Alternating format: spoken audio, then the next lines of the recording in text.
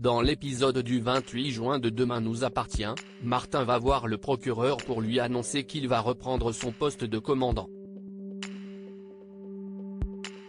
Il ajoute que le complice de Loa Burinsen prend à son équipe et qu'il veut reprendre l'enquête malgré les réticences de Perrault qui semble apprécier Agathe.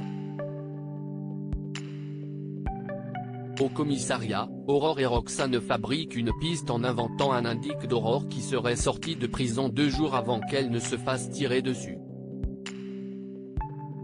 Quand elle suggère cette piste à Agathe, cette dernière emmène Karim pour tenter de retrouver leur suspect imaginaire après que Roxane lui ait montré une fausse fiche d'identité. La jeune femme explique ensuite à Sarah qu'elle a créé un faux visage à l'aide de plusieurs images et que leur chef ne risque donc pas de le retrouver.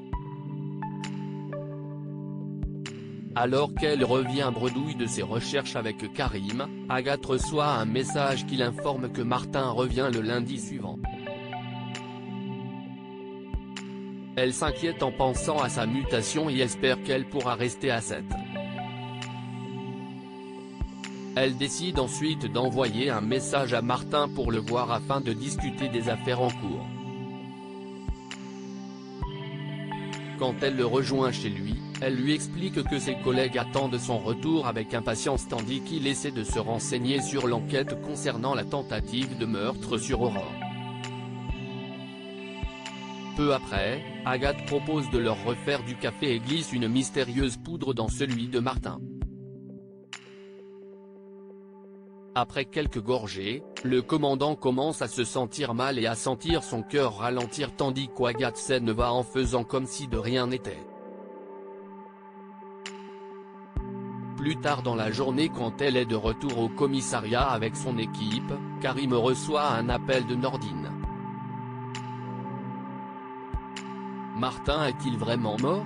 Le fils de Martin, en larmes, lui annonce que son père a fait une crise cardiaque et que les secours n'ont pas réussi à le réanimer. Martin est mort.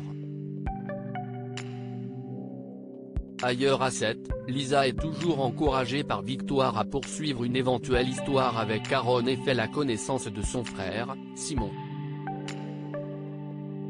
Morgane et Sandrine de leur côté font face à quelques tensions. Enfin le père de François, Alain, arrive enfin à 7. Ravi de voir François et Adam, il fait aussi la connaissance de Charlie qu'il apprécie immédiatement, et de Soisic. Toute la petite famille passe de bons moments ensemble tandis qu'à la nuit tombée, Alain profite de croiser Charlie pour lui dire que son fils a l'air terriblement amoureux d'elle.